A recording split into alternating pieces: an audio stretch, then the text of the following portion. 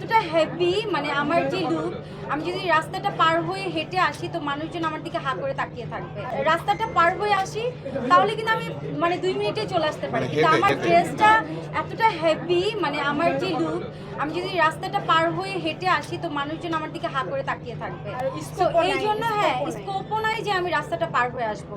So আমার জ্যামের জন্য বসে থাকতে হয়েছে, পুরো লুকটা ঘুরে দেন আমাকে আসতে হয়েছে। আচ্ছা আপু, একটা বিষয় একটু জানতে চাই, আপনার বাসা তো 8টা টলো, তো এইটুকু ঘুরে আসতে এতক্ষণ লাগলো?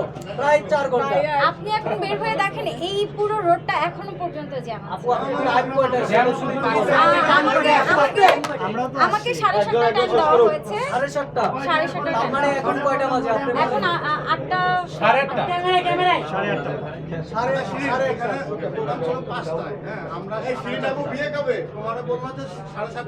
আচ্ছা 5টার প্রোগ্রাম সেটা আমি জানি না।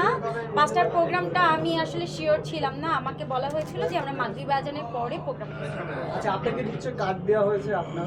আমাকে কার্ড দেওয়া হয়েছে, কিন্তু কার্ড দেওয়ার পরেও আমাদের অ্যারেঞ্জমেন্টের ব্যাপার থাকে, সব আর্টিস্টদের আসার ব্যাপার থাকে, সব শিল্পীদের একটা ব্যস্ততা থাকে, সব কিছু মিলিয়ে ঝিলিয়ে আমাদের টাইমটা হয়েছে যে আমরা মাগরিবের নামাজের পরে আমাদের প্রোগ্রামটা শুরু। এটা কি নিত্য প্রতিদিনই, মানে কি এটা হয় যে আপনারা এক জায়গায় যাবেন সেলিব্রিটিদের একটা গোল আছে, মেইনটেইন করে না, 1 ঘন্টা লেট হয়। এটা আমাদের অ্যারেঞ্জমেন্টে বলা হয়েছিল। Absolutely right. এটা হয় কি, এটা সত্যি